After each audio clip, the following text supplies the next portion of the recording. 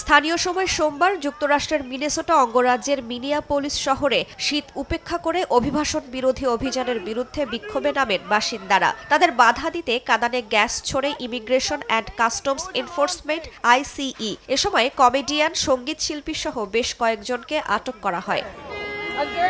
এদিন new York অঙ্গরাজ্যেও city কাউন্সিলের একজন কর্মীকে ফেডারেল অভিবাসন কর্মকর্তারা আটক করে। এতে তীব্র ক্ষোভের সৃষ্টি হয়। ক্ষুব্ধ হয়েছেন নতুন মেয়র জোহরান মামদানিও। এক্সে এক বিবৃতিতে তিনি বলেন, এ ধরনের কর্মকাণ্ড গণতন্ত্র ও মূল্যবোধের ওপর সরাসরি আঘাত। অবিলম্বে ওই কর্মীর মুক্তির দাবি জানিয়েছেন Mamdani.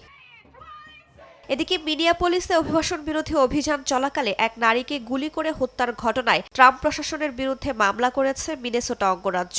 Attorney general Keith Ellison এই মামলার ঘোষণা দেন। সংবাদ সম্মেলনে তিনি বলেন, অভিবাসন কর্মকর্তাদের সাম্প্রতিক তৎপরতা জননিরাপত্তাকে ঝুঁকির মুখে ফেলেছে।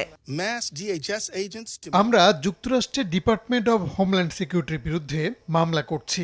মিনেসোটায় ফেডারেল আইনশৃঙ্খলা বাহিনীর সদস্যদের অবৈধ ও নজিরবিহীন মোতায়েন বন্ধ করার জন্য। এটি বন্ধ হতেই হবে, অবশ্যই হতে হবে।